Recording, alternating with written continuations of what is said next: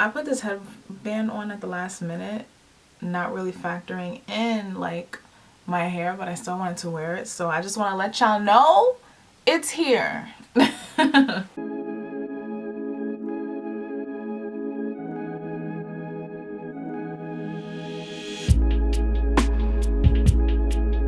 What is up, guys? Hey guys, it is your girl Nicole Heels back at it again with another video, and I'm happy to be here. First of all, I got a new patron on my Patreon, and that was like before I did this video, but then on the day of this video I got another patron on my Patreon. If you didn't know, Patreon, it's a website for creators to like post their stuff, and for supporters and fans of that creator to, number one, view the stuff, you know, free stuff, but also to compensate the creator. And I love Patreon for that, because creativity, it's, you know, passion and it's drive, but we also deserve to be able to pay our bills. It's like 2021. If you ain't know by now, let me tell you, exposure does not pay the bills, honey. So I am a writer. I've been writing all my life, and on my Patreon I showcase that writing, and I'm talking about pretty much, you know, what's been on this channel and like my healing series. If you want to check that out, feel free to. But you know, this healing work, I have great analogies. I have journal prompts on there for inner child work and shadow work. If you're into that, feel free to check out my Patreon. If you want to support me, it will be greatly appreciated. Now let's get into the video. This video pretty much came about because I personally like just wanted to know, why do I just quit and procrastinate so much? Like, I've been a procrastinator literally like not all my life, but like for a while. And I'm sure we've all, you know, been procrastinators for years. Shout out to you if you have been. And I've also like been a quitter, you know, like a give upper, like a just a I don't want to do it anymore, and then, you know, go lay down and go take a nap or go straight to sleeper at 4 p.m. Then I wake up the next day and ignore, you know, all that happened yesterday. As I get older, it's come, you know, to a head. Like, I want to know why, and I've been wanting to know why, and I want to stop. YouTube was the main thing that really made me question what's stopping me from being consistent, what is making me procrastinate, and I wanted to know, you know, just the why. And so I started journaling. If you don't got a journal, you're excommunicated from the Nicole Heels healing community. Like, click off this video. Nah, I'm playing. If you don't have a journal by now, please go get one. It's really helpful. But I started, you know, having some realizations, and some messages started coming to me as to why. And then that journal session turned into a video script. That video script turned into like consecutive drafts.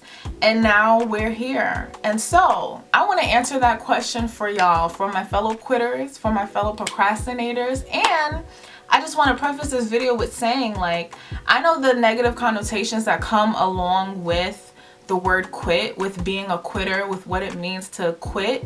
You know, quitting being the opposite of strong and like strength. I'm not saying it or using the word in that connotation, or excuse me, in that context. You know, I'm just using the word, you know, pretty plainly and objectively, you know, that, you know, we quit, we stop, we procrastinate, we lag, you know, in that realm rather than the negative realm. Moving on. Why do we quit? When we're growing up, if we've not really been taught to believe in ourselves, if we've been raised like with little to no encouragement, or like with a little encouragement and then like a little criticism on the back end, or with little encouragement and a lot of criticism and, you know, ridicule and like complaints about what you do and how you do it on the back end, then we were essentially raised to quit. Yeah, it comes back to childhood and our caretakers and our parents doing a bad job. I'm playing, but not really. But yeah, we were essentially raised to quit. Why is that? This is because if the encouragement that, you know, humans need to like thrive is missing, and criticism replaces it in a big way, then that's going to become part of our self-belief. It's going to be part of our self-esteem. It's going to be part of our foundation of how we think about ourselves and how we view ourselves. When we're kids and when we're babies, like, we're sponges, you know, and we come in this world pretty much like a clean slate, not really knowing how to do things. Yeah, there are things like in our nature that we know how to do. You know, we know how to catch the boob when we need to breastfeed. You know, there are things in our nature that we know, and certain reflexes that we're born with that we already have. But there's also this aspect of nurture. And while there are already things in us that are part of our human makeup, we also rely on a lot of nurture to be able to bring that out of us. We rely on our inner environments and our inner worlds, and mainly, you know, on our caretakers to bring that out of us, especially in the realm of like determination, human determination, and courage and bravery and like encouragement and celebrating ourselves, so that we can bring up that natural drive that humans have to develop and to succeed, and use it within our lives to be able to believe in ourselves.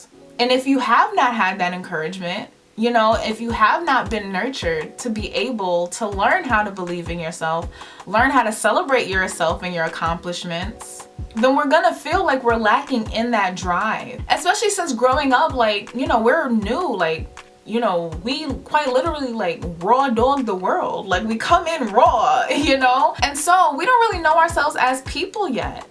We take in and internalize so much of our inner world, especially our caretakers. We rely on them for our survival, you know, like literally to survive at one point. And so we're naturally gonna trust them, like I've been saying, but also trust in what they tell us, especially what they tell us about ourselves. So, for example, say if when you were a child, you know, you were more, you know, independent than like others. I'm laughing because like that was me as a child. But yeah, say like you're more independent. I see and acknowledge that like independent children are hard to raise if you're a tired parent. So if you know, as a child, you showed your independence, I'm sure a lot of the time your caretaker probably called you stubborn. You know, for me, it was hard-headed. So let's use that as an example. If you're being told that you're hard-headed, you're stubborn, you're a stick in the mud all the time for like years, you're gonna start to believe it. You know, it's gonna start to be embedded within you, within your self-conscious, and it's gonna start to be a self-belief.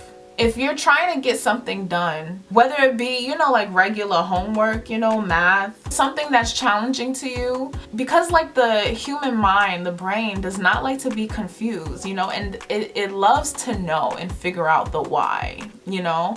And so if you're bad at something, quote unquote, or something comes more challenging to you than others, you're gonna like grab and wonder for the why. You're gonna grab for it. And then here is this like thing here that's so easy to just grab and associate to that instance, and you're gonna start to say, maybe I'm bad at this because I'm hard-headed, too hard-headed. That could become your overall mindset with trying to succeed in general. Maybe I can't succeed at this or succeed in general because I'm just too hard-headed.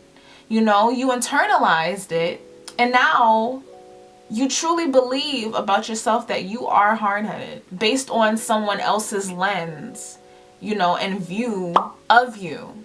Now, if they had a different lens and, you know, they encouraged you and said, you know what, sometimes you don't be listening, but it's just because you're really independent, and that's really good.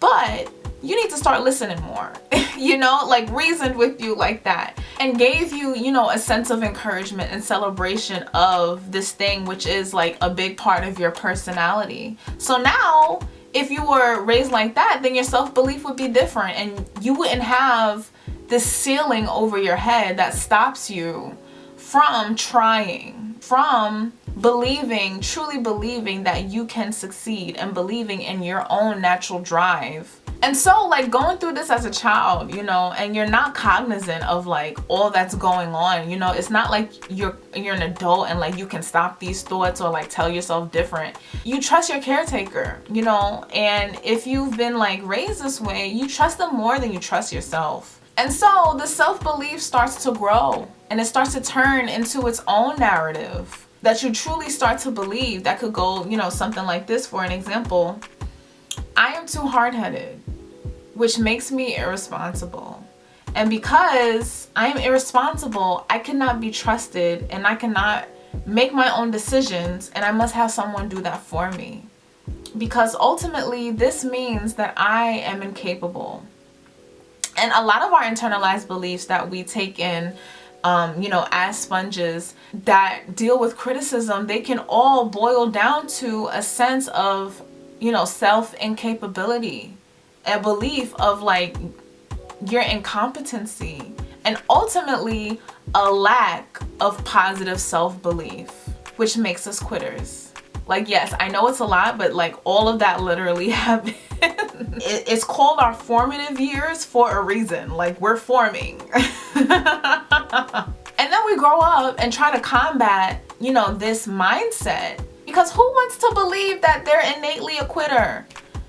Nobody. Like, literally nobody. The brain doesn't even want to believe it. That's why it tries to combat and invalidate your past by completing the goals you set and succeeding in the present. But because we have that pressure and we assign the result to our successes, because we're connecting that result to the past to invalidate what we've been told in those negative internalized beliefs, it creates a great pressure on us to get things right in the first try, which, like, honey, please free yourself from this mindset. You know, like, some things you will succeed at the first try, but like, at what cost?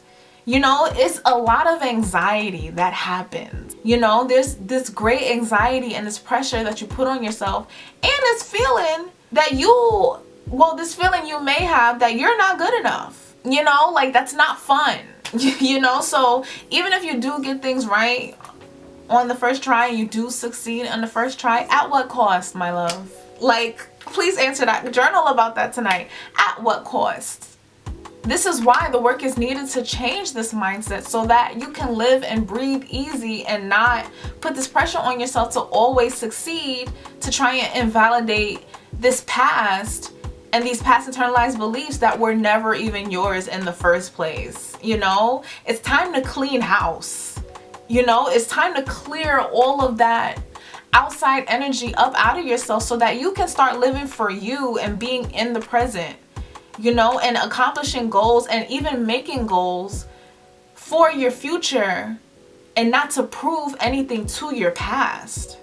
You know, it's time to start clearing that house so that you can stop procrastinating and stop quitting and stop stopping because of this mindset, and solely because of this mindset. Because I know, like, a lot of the times we stop because life just happens, you know, and it's time to have that understanding for yourself and have that understanding about life, that life does happen, and, you know, we may stop because of that. And take off this unrealistic view of how the journey is supposed to go, you know, because unrealistic perfectionism was put onto you by other people. It's time to stop, period. So, and something I also want to say, like, I want y'all to stop with this mindset of believing that, like, you are innately a quitter. Because, like, no human is innately a quitter, honey. Like, I'm sorry to, like, the unhealed parts of yourself that wants to believe that, so that you don't try, so that you don't, you know, get disappointed later on. But, like, honey, let me speak to those parts. You are not innately a quitter, because there's no such thing as a human who is innately a quitter. If we were innately quitters, our fingernails and our hair would not grow on its own, because we have that natural, like, physiological desire to grow. If we were innately quitters, we would not start crawling, we would not start walking, and we would not start talking. as babies, into toddlers, into adolescence, and we would not learn new words. We would not pick up new talents and hobbies because, like I said, humans have this natural desire to grow, to develop. So no, you're not innately a quitter. You're just overwhelmed. So I really hope that this video, could help everyone who's watching. It's mainly why I wanted to make it, because like this topic, it hits a lot of people. A lot of people feel like quitters, and I really just wanted y'all, like I said before, to have some compassion and understanding to yourself, to know that you're not innately a quitter. No human is innately a quitter. You may have just had a bad childhood. Here's to us quitters and procrastinators, stopping and starting to believe in ourselves. And I guess, here's to our self-believers now. That was so corny. Thank you so much for watching. If you like this video, give it a like, a comment. If you like what I said, check out my other videos, and then check out my Patreon if you feel so inclined. Subscribe so that your girl can get compensated for her hard labor, because honestly, this is hard labor, honey. Especially for a quitter, or a past quitter, because we speak in life over ourselves in the present. So I will see y'all in the next one. Bye.